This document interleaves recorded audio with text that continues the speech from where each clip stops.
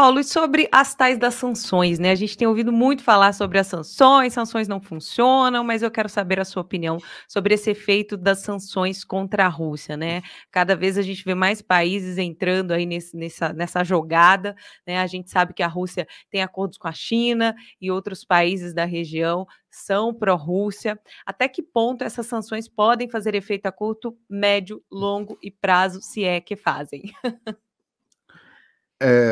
Você já viu alguma guerra ser revertida com base na sanção?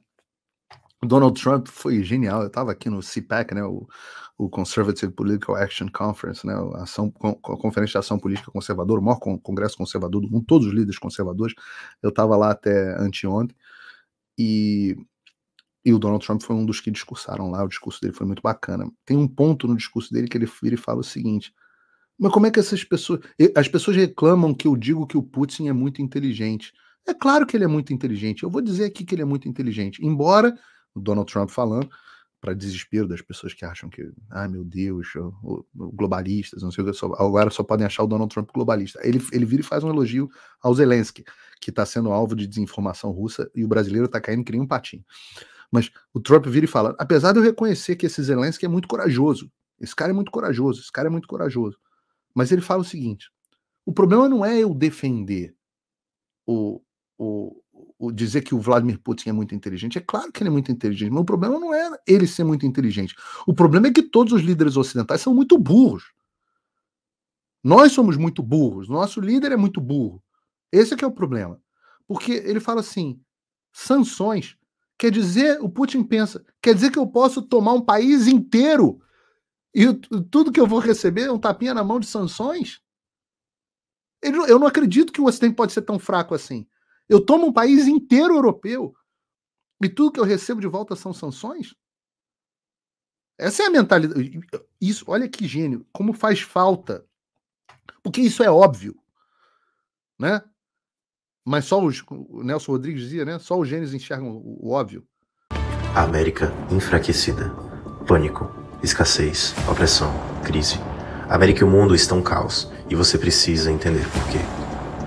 Faça sua pré-inscrição agora, clicando no primeiro link na descrição ou acessando www.findamerica.com.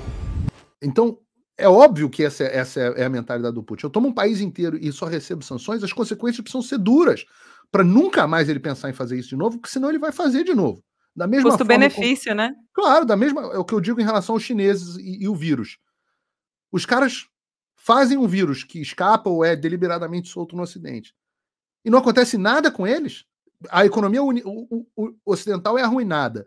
O Ocidente fica muito mais vulnerável. A economia chinesa cresce pra caramba. Todas as fábricas ganham voltam pra China. insumos, vendem insumos, vendem vacinas. Exato. Aí o mundo inteiro fica dependendo da China.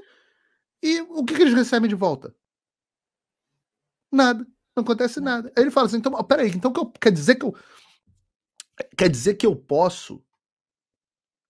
Economista pensa muito em incentivo, né? E o nome disso é incentivo perverso. Ou também eu tenho um outro nome em inglês que chama moral hazard, o risco, o risco moral disso, né? Se a pessoa faz uma coisa errada e não sofre as consequências dessa coisa, isso é um incentivo perverso, é um moral hazard para que a pessoa continue fazendo isso novamente.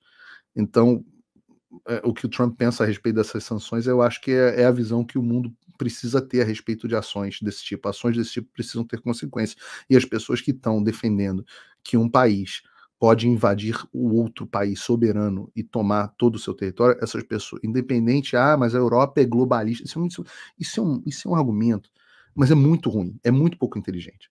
Dependente, isso não é importante nesse momento. Isso não é importante nesse momento. O que é importante nesse momento é um país resolveu do nada invadir um outro país soberano dentro da Europa. E isso precisa ter consequências, pô. Isso precisa ter consequências, porque senão, qual é o limite disso? O mundo passou por essa discussão na década de 40. E a falta de coragem dos líderes ocidentais na década de 40 levaram à Segunda Guerra Mundial. Eu sempre falo sobre isso, a frase não é minha, é do Donald Rumsfeld, mas eu acho muito boa. A fraqueza é provocativa, a fraqueza atrai agressividade. Com então, certeza. sanções, eu não acho que sanções sejam estas sanções certamente não são suficientes para punir uma atitude desse nível.